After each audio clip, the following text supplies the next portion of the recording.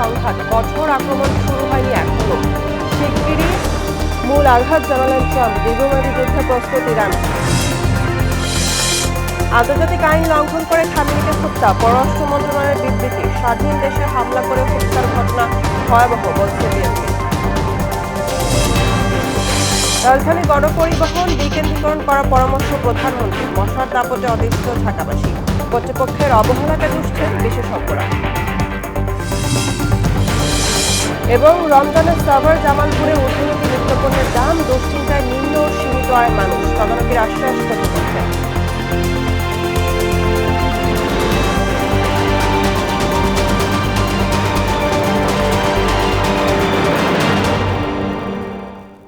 আসসালামু আলাইকুম, স্বাগত মোহনা সংবাদে। শুনছিলেন শিরোনাম, পুরো সংবাদের সঙ্গে আছি আমি বুশরাত জাহানিমা।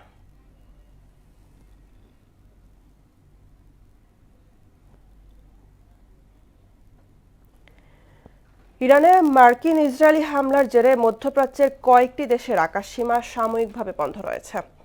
এর প্রভাব সরাসরি এসে পড়েছে বাংলাদেশে। গেল 3 দিনে 102টি ফ্লাইট বাতিল করেছে বিমানবন্দর কর্তৃপক্ষ। এতে ভোগান্তিতে পড়েছেন যাত্রীরা। যদিও গত 28 ফেব্রুয়ারি বাতিল হওয়া ফ্লাইটের যাত্রীরা সোমবার অল্প সংখ্যক যেতে পেরেছেন। বিস্তারিত বিজন কুমারের রিপোর্টে। গোপালগঞ্জ থেকে হযরত শাহজালাল আন্তর্জাতিক বিমানবন্দরে আসা এই ব্যক্তির নাম মুরসালিন শেখ। উদ্দেশ্য, কর্মের সন্ধানে পাড়ি জমাবেন সৌদি আরবে। কিন্তু বিমানবন্দরে এসেই মন ভেঙে গেছে তার, কারণ জীবনের প্রথম যাত্রাতেই ফ্লাইট বাতিল হয়ে গেছে। আমি সৌদি আরব যাচ্ছি এবার এই প্রথম আইসে দিয়ে আপনার ফ্লাইট ক্যান্সেল। এখন মনে করেন যে আপনার আসছে অনেক দূরে থেকে, গোপালগঞ্জ যেতে আসছি, এখন আবার বাসায় চলে যাওয়া লাগবে। প্রথম যাত্রাটাই হয়রানির ভিতর দিয়ে গেল। ইরানে যুক্তরাষ্ট্র ইসরায়েলের হামলার জেরে মধ্যপ্রাচ্যের কয়েকটি দেশের আকাশসীমা সাময়িক বন্ধ থাকায় প্রভাব এসে পড়েছে দেশের বিমানবন্দরে। নিরাপত্তা ঝুঁকির কারণে গত 28 ফেব্রুয়ারি থেকে একের পর এক ফ্লাইট বাতিল করে বিমানবন্দর কর্তৃপক্ষ। এ কারণে মুরসালিনের মতো অনেকেই পড়েছেন ভোগান্তিতে। যুদ্ধের কারণে হয়তো বন্ধ হয়ে গেছে, তো এজেন্সির কাছে ফোন দিছি, বললো যে অপেক্ষা করেন, আজকে দেখেন কি অবস্থা হয়, কবে ডেট দেয়। এবার আজকেও অপেক্ষায় আছি। এখন শিওর এটা আমরা জানি না যে কবে যাব, এটার কোনো ইয়া নাই। আর এদিকে আমার ছুটির ডেট আছে 2 দিন। তো এখন যদি এই 2 দিনের মধ্যে ডেট না পড়ে, আমার টিকিট ডেটটা নেক্সট, তো আর একটা সমস্যা তো হবে। আমার দেখা যাচ্ছে নেক্সট না যাইতেও পারি। আমার আজকে 2 তারিখ, আজকে যদি না যাওয়া হয় তাহলে তো মনে করেন আমার যাওয়া হবে না। বেসামরিক বিমান চলাচল কর্তৃপক্ষের সূত্র মতে গত 3 দিনে হযরত শাহজালাল বিমানবন্দর থেকে সর্বমোট 102টি ফ্লাইট বাতিল হয়েছে। এর মধ্যে গত 28 ফেব্রুয়ারি 23টি, 1 মার্চ 40টি এবং 2 মার্চ ফ্লাইট বাতিল হয়েছে 39টি। ছুটি তো শেষই, ভিসার মেয়াদও নেই, রিটার্ন টিকিট করা এখন করণীয়। তারা আমাকে বললো যে আপনার টিকিট নিয়ে সমস্যা না, যেহেতু টিকিট আমরা করছি, আমরা এই টিকিটে আপনাকে পরবর্তী নির্দেশনা উঠে গেলে আবার পাঠাইতে পারবো। ইউএস বাংলা টিকিট নিয়েছি আমরা, আজকে ফ্লাইট আছে, আজকে আবার আমরা এই রোজা থেকে কষ্ট করে আসতেছি। কালকে রাতে টিকিট দিয়েছে আমাদেরকে অফিস থেকে, এখন দেখা যাক, ভেতরে এখনো যায় নাই, ঢুকলে বোঝা যাবে পরিস্থিতি কীরকম। সোমবার বাতিল হয় কাতার, সংযুক্ত আরব আমিরাত, Bahrain, Kuwait, শারজাগামী flight. Bijan Kumar, মোহনা সংবাদ, ঢাকা। মধ্যপ্রাচ্যে ছড়িয়ে পড়েছে যুদ্ধ। মার্কিন ইসরায়েলি হামলার জবাবে ইরান পাল্টা ক্ষেপণাস্ত্র ও ড্রোন হামলা চালাচ্ছে ভিন্ন দেশে।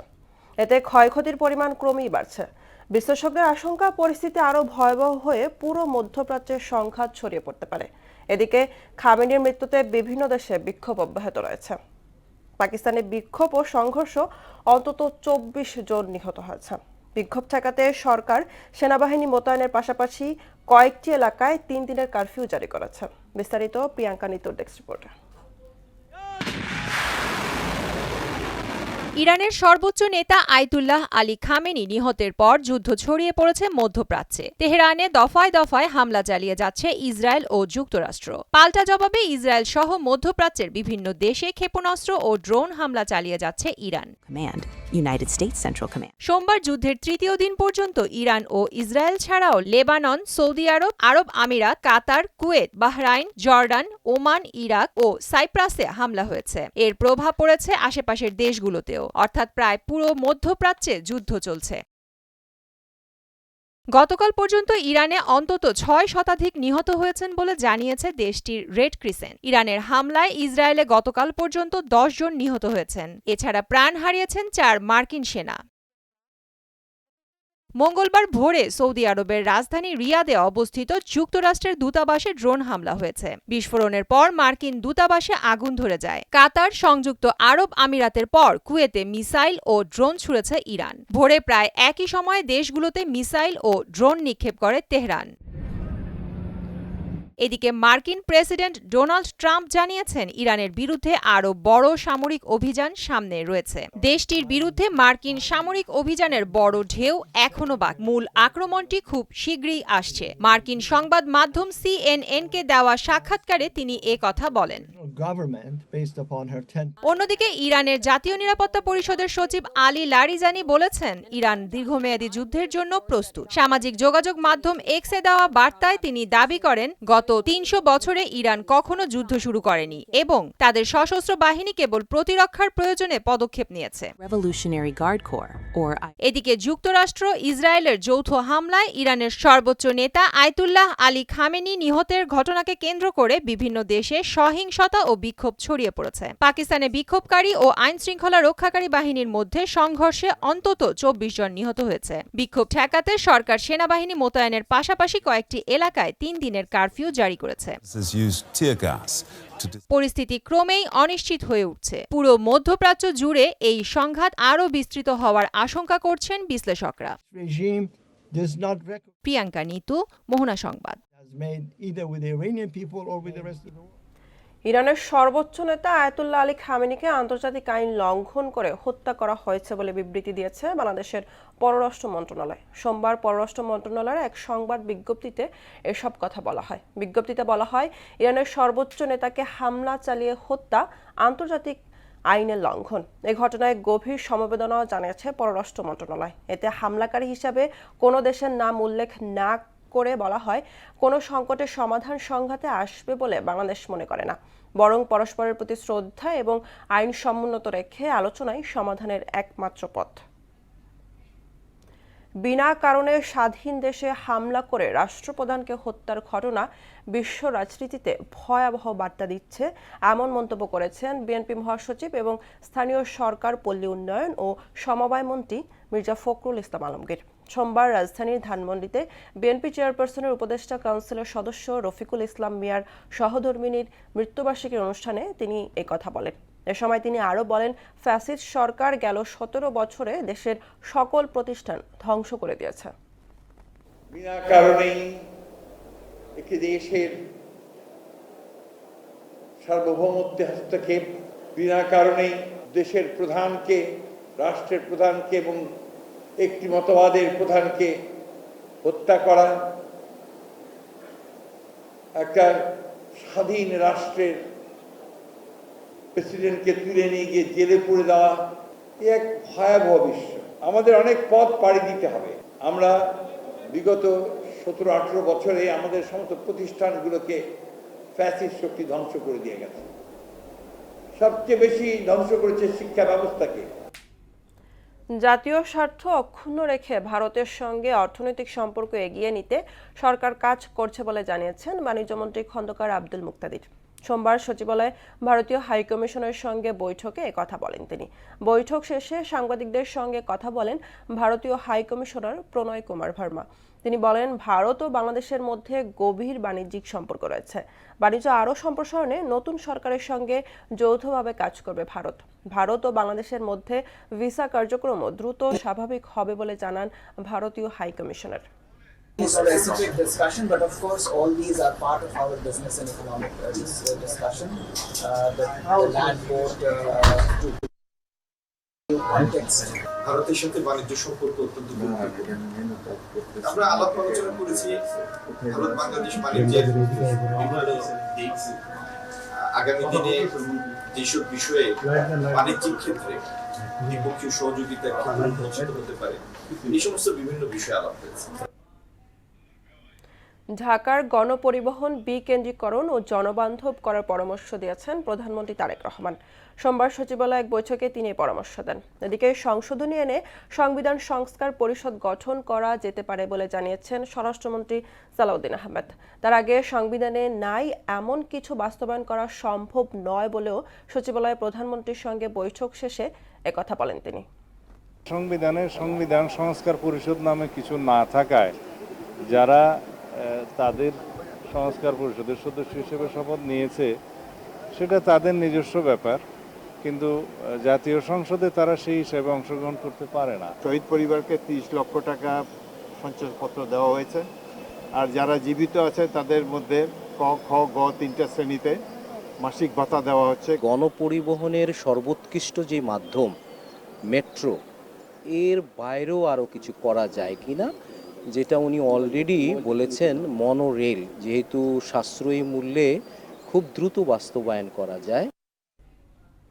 মশার দাপটে অতিষ্ঠ রাজধানীবাসী। তাদের অভিযোগ, প্রশাসক নিয়োগ করা হলেও মশার প্রাদুর্ভাব থামাতে নেওয়া হচ্ছে না কোনো কার্যকর পদক্ষেপ। আর খোদ সিটি কর্পোরেশনের দায়িত্বপ্রাপ্তদের অবহেলার অভিযোগ তুলেছেন বিশেষজ্ঞরা। বিস্তারিত বিজন কুমারের রিপোর্ট।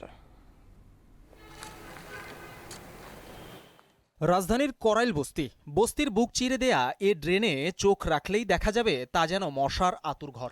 নগরীর মাটিকাটা এলাকায় এ ড্রেনের নিচেও দৃশ্যমান মশার প্রজনন কেন্দ্র। ব্যস্ততার নগরী ঢাকায় এসব ড্রেন খালগুলোতে প্রতিনিয়তই চলছে মশার বংশবিস্তার, আর এসব মশার কামড়ে অতিষ্ঠ নগরবাসী। আসরে আজান দিলে যেন শুরু হয়, মানে আর কাঁচায় হালাইতে হয়, মশার কোনো অভাব নেই। কুর্মিটলায় যাওয়ার পরে মনে করেন ওইখান থেকে আমাদেরকে ট্রিটমেন্ট করে, কাজ হয় না, পরে ইসলামিয়াতে যাই। এই যে কিছুদিন আগে 19,000 টাকা খরচ করলাম। মশা তো কই ফুলতে তো কমে না। বছরের শুরু থেকে মশার প্রাদুর্ভাব কিছুটা কম থাকলেও চলতি মাসের শুরু থেকেই মশার দাপট বেড়েছে নগর জুড়ে।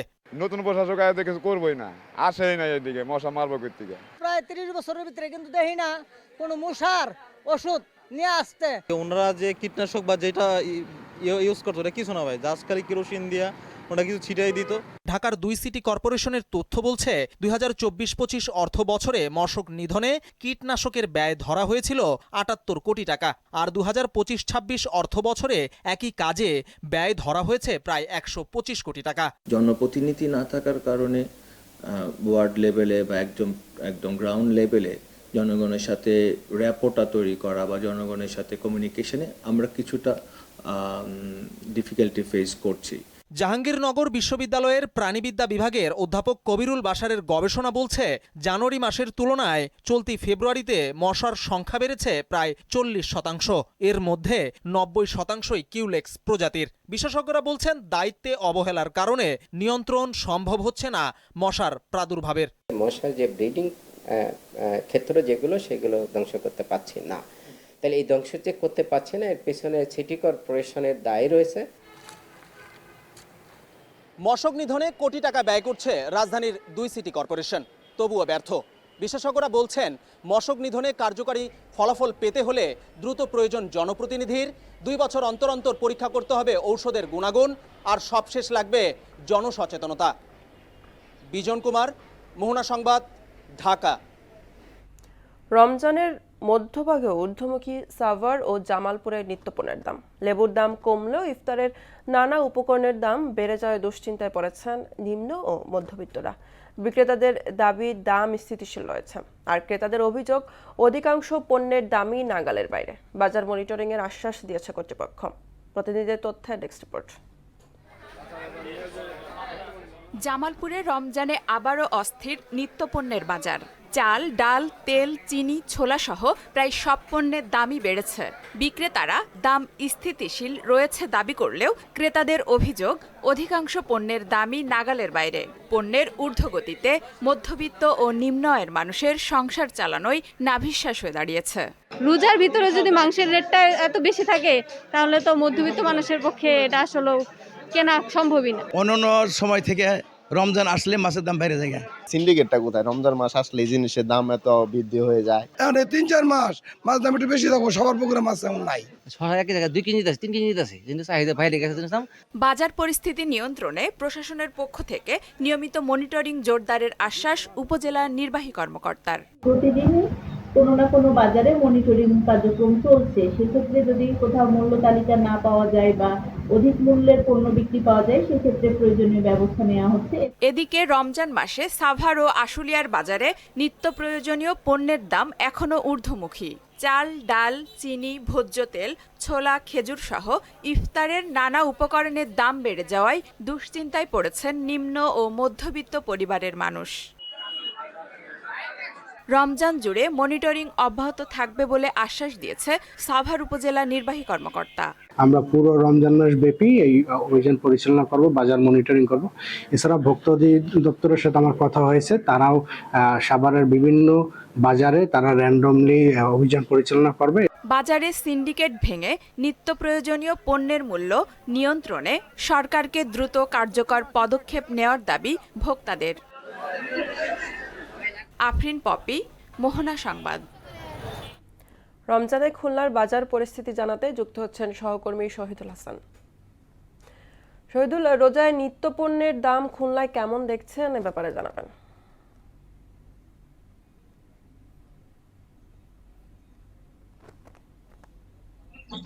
ধন্যবাদ ইমা।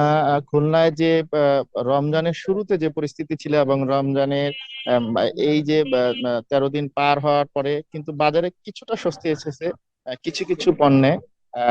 যেমন আমরা রমজানের শুরুতে যে লেবুর দাম ছিল 80 থেকে 100 টাকা, এখন কিন্তু বিক্রি হচ্ছে 40 থেকে মানবেদে 60 টাকা পর্যন্ত।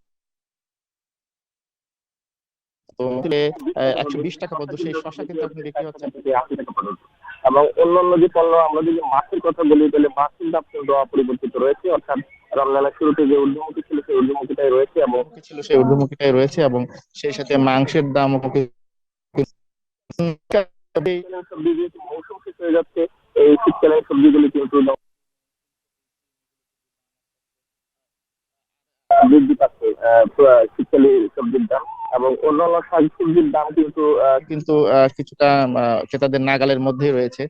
তবে আমরা বলতে পারি যে মশলার দাম কিন্তু সেই রোজার শুরুতে যে ঊর্ধ্বমুখী ছিল সেই ঊর্ধ্বমুখী রয়েছে, এবং খেজুরের দামও কিন্তু অপরিবর্তিত রয়েছে। আমরা বাজারে কিন্তু খেজুরের দামের কোনো পরিবর্তন বা নিচের দিকে যাওয়ার কোনো লক্ষণ কিন্তু আমরা দেখছি না। যদিও খুলনা জেলা প্রশাসন এবং খুলনা ভোক্তা অধিকারের পক্ষ থেকে কিন্তু একাধিক অভিযান পরিচালনা করা হয়েছে, তবুও কিন্তু এই যে মানুষের মধ্যে যে স্বস্তি, সেই স্বস্তিটা কিন্তু সেই আশানুরূপ হচ্ছে না।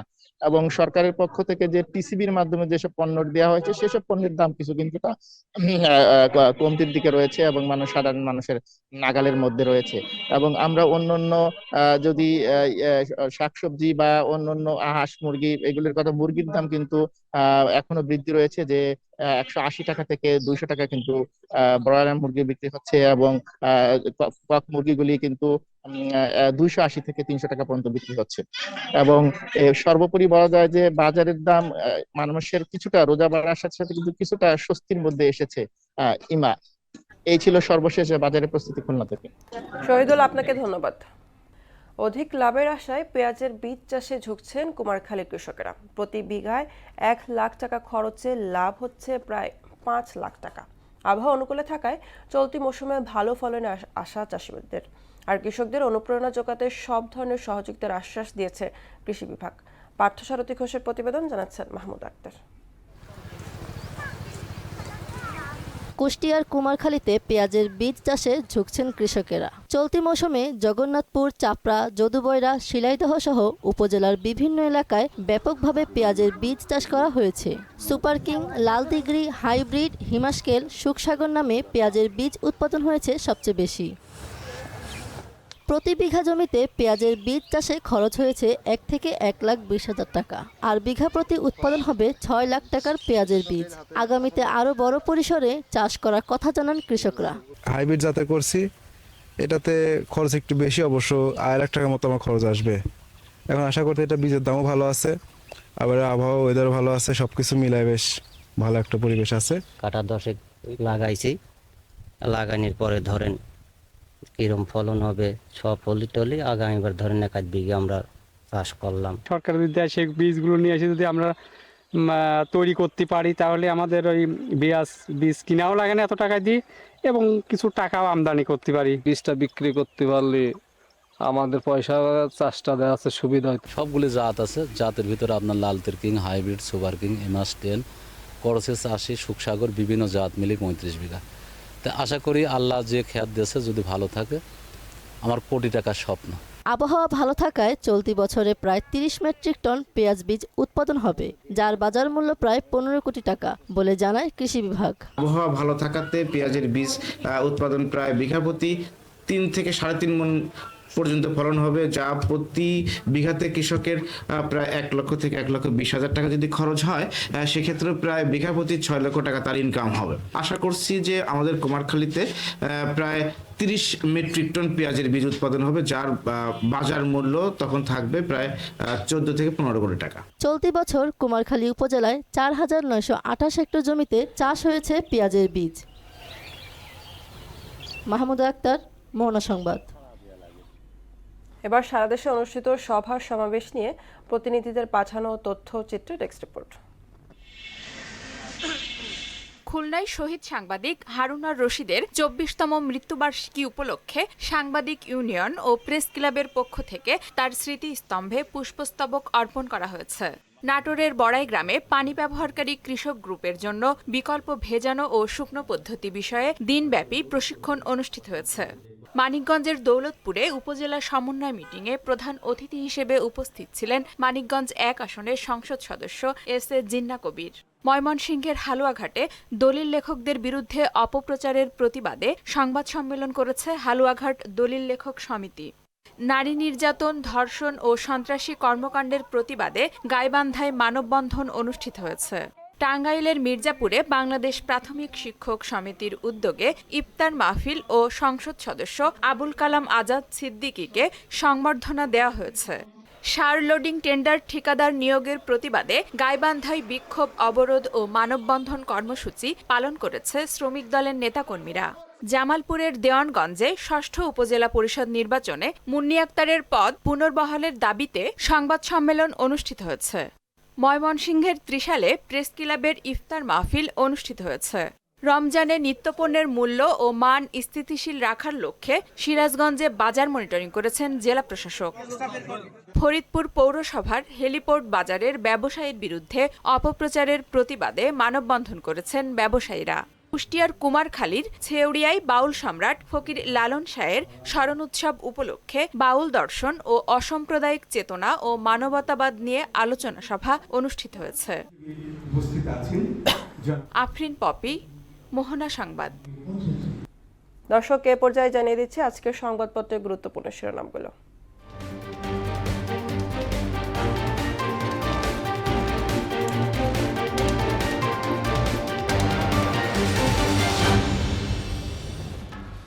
প্রথম আলো শিরোনাম করেছে, যুদ্ধ পুরো মধ্যপ্রাচ্যে, লক্ষ্য অর্জিত না হওয়া পর্যন্ত অভিযান চলবে বলছে ট্রাম্প। যুক্তরাষ্ট্রের সঙ্গে আলোচনায় বসবে না ইরান বলছেন লারিজানি।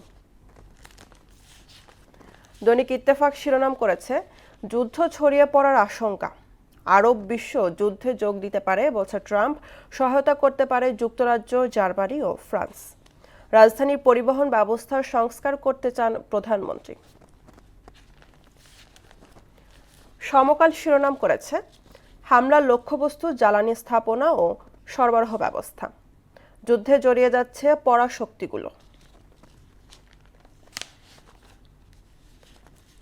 বাংলাদেশ প্রতিদিন শিরোনাম করেছে, অশান্ত মধ্যপ্রাচ্য সংকটে বাংলাদেশ, মুখোশের আড়ালে এক মহা দুর্নীতিবাজ গভর্নর, ছড়িয়ে পড়ছে যুদ্ধ।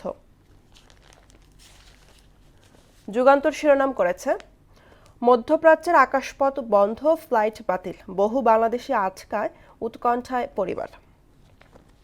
যুদ্ধ মধ্যপ্রাচ্যে ছড়িয়ে পড়ার আশঙ্কা, প্রতিশোধ নিতে মরিয়া ইরান।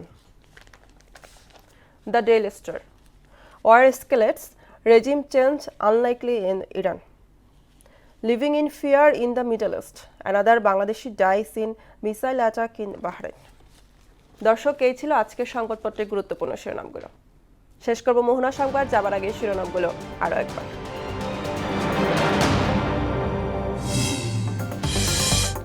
মধ্যপ্রাচ্য জুড়ে ছড়িয়ে পড়েছে সংঘাত, কঠোর আক্রমণ শুরু হয়নি এখনো, শিগগিরই মূল আঘাত জানালেন ট্রাম্প, দীর্ঘমেয়াদী যুদ্ধ প্রস্তুতি ইরান।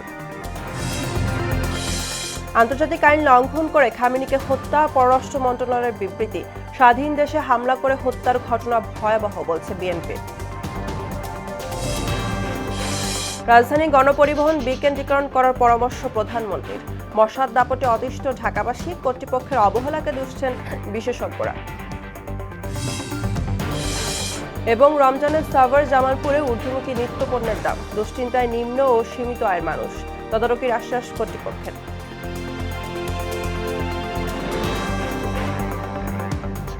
এই ছিল মোহনা সংবাদে। পরবর্তী সংবাদ দুপুর 1টায়। এর আগে সকাল 11টায় দেখবেন সংবাদ এক নজরে।